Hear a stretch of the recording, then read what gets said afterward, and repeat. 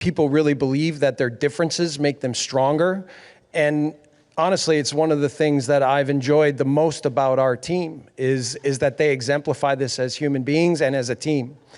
And look, they're almost all first and second generation Canadians coming from different heritage and cultures, but they uniquely are incredibly proud to be Canadian, to represent their country, to give everything to each other and the love that they have for each other and playing for their country.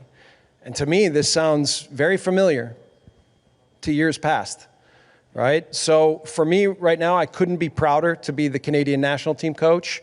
And I found a place where that embodies for me the ideals and morals of what not just football and a team is, but what life is. And that's integrity, respect, and the belief that good people can do great things together. And so if I have one message to our president, it's lay off the ridiculous rhetoric about Canada being the 51st state. As an American, I'm ashamed, right, of the arrogance and disregard that we've shown one of our historically oldest, strongest, and most loyal allies.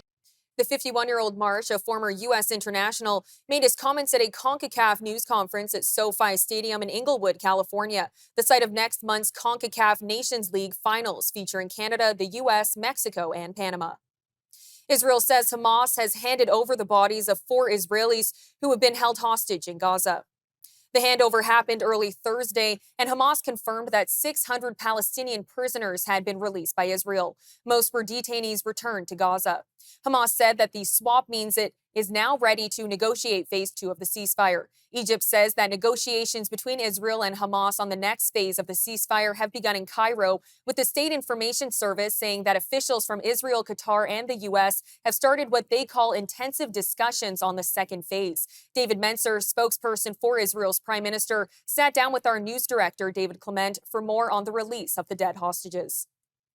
Good to be with you, David. Our Prime Minister has just, in the last couple of hours, authorized and asked the Israeli delegation to go to Cairo to take forward negotiations. As you know, last night we secured the release of 4 of our murdered hostages after 510 days.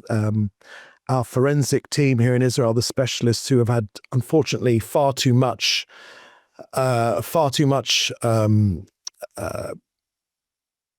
experience in dealing with the return of dead bodies, did identify them and shared their names with the public, who precisely they are. They are Ohad Yahalomi, Tzachi Idan, Shlomo Mansour, and Itzik El Garet. All of them were murdered inside Gaza. Shlomo Mansour, in particular, was killed on October 7th, his body taken into Gaza.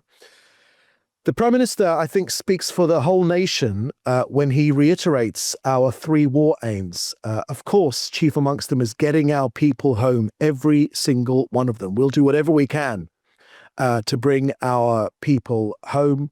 But of course, there is no scenario looking forward that Hamas can stay in control of Gaza. We are committed to removing their military ability and their governing capability. And of course, making sure that Gaza can never be a threat to Israel again. So we want our hostages home. We'll do everything we can to bring them home.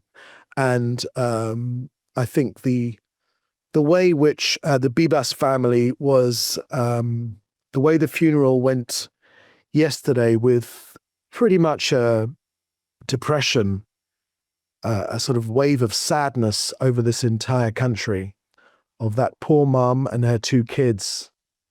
Firstly, if you're Israeli, this hit you hard. If you're a parent, this was devastating.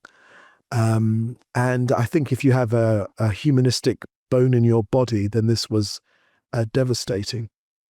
And of course, the way which their bodies were paraded by Hamas. I mean, all of us here who've become somewhat used to the barbarity of this death cult, this shocked us to our very core. For heaven's sake, parading the bodies of dead children. And then after that, on that stage, a whole bunch of Gazan kids laughing and shouting and singing as in some sort of victory. This really is a death cult. and Israel cannot live next to this terrorist organization. There's no way that can happen.